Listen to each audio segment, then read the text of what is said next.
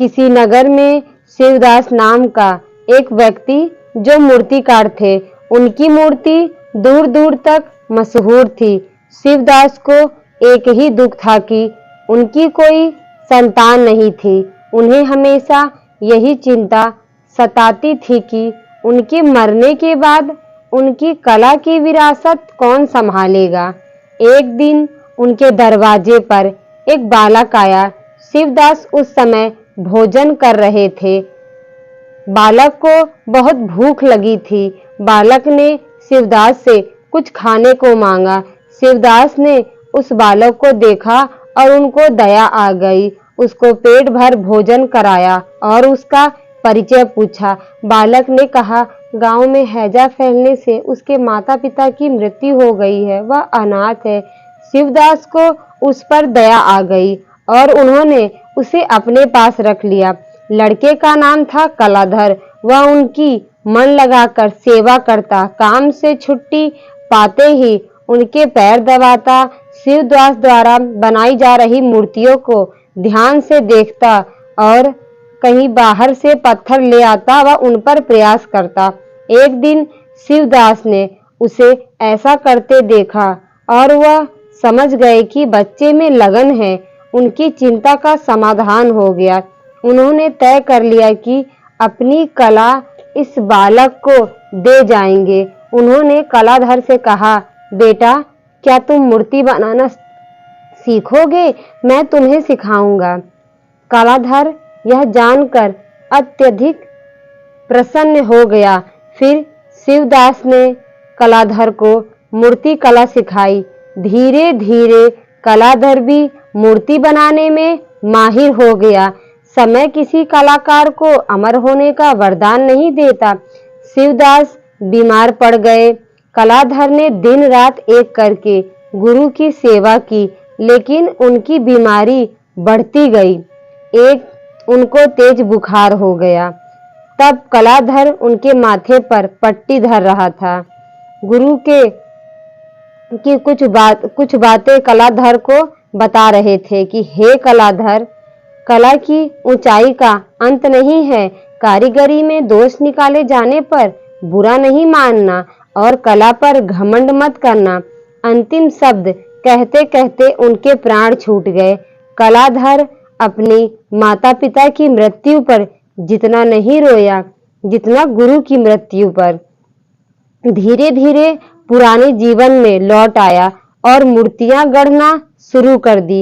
एक दिन एक साधु महाराज आए। साधु ने कलाधर से भगवान वासुदेव की बाल रूप की मूर्ति बनाने को कहा। बालक ने उनसे कहा, 1 महीने के बाद आने को कहा। साधु को इतना लंबा समय लेने के लिए आश्चर्य हुआ, लेकिन वह कुछ न बोले।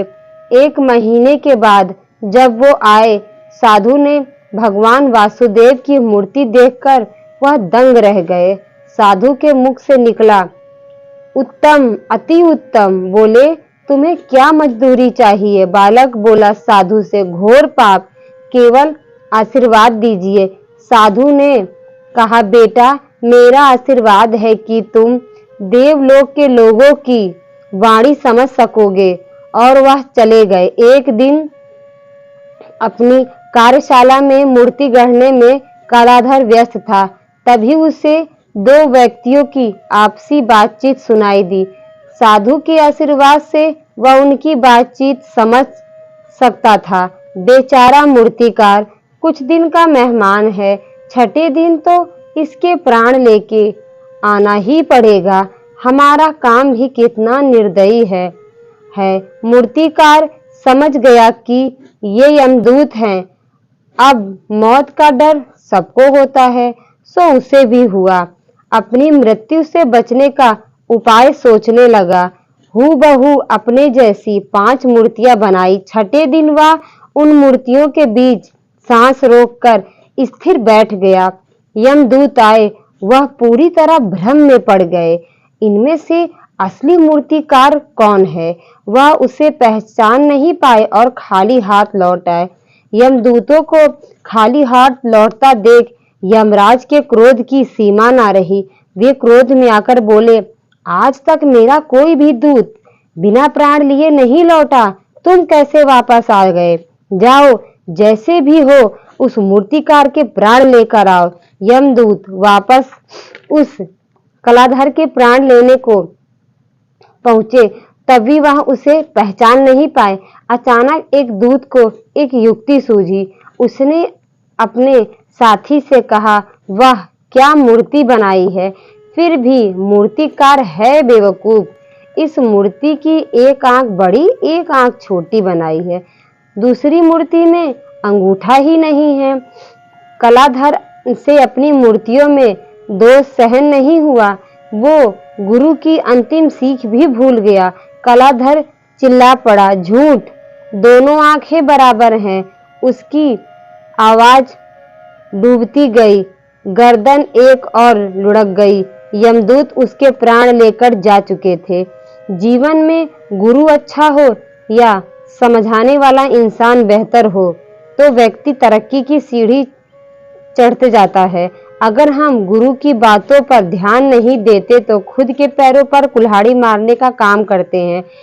इसलिए जब भी कोई आपको अच्छा सिखाए, चाहे वह गुरु हो या माता पिता, उनकी कही बातों को ध्यान से सुने व उन बातों को अपने जीवन में ईमानदारी से अपनाएं। हेलो फ्रेंड्स, अब मिलती हूँ एक नई कहानी के साथ।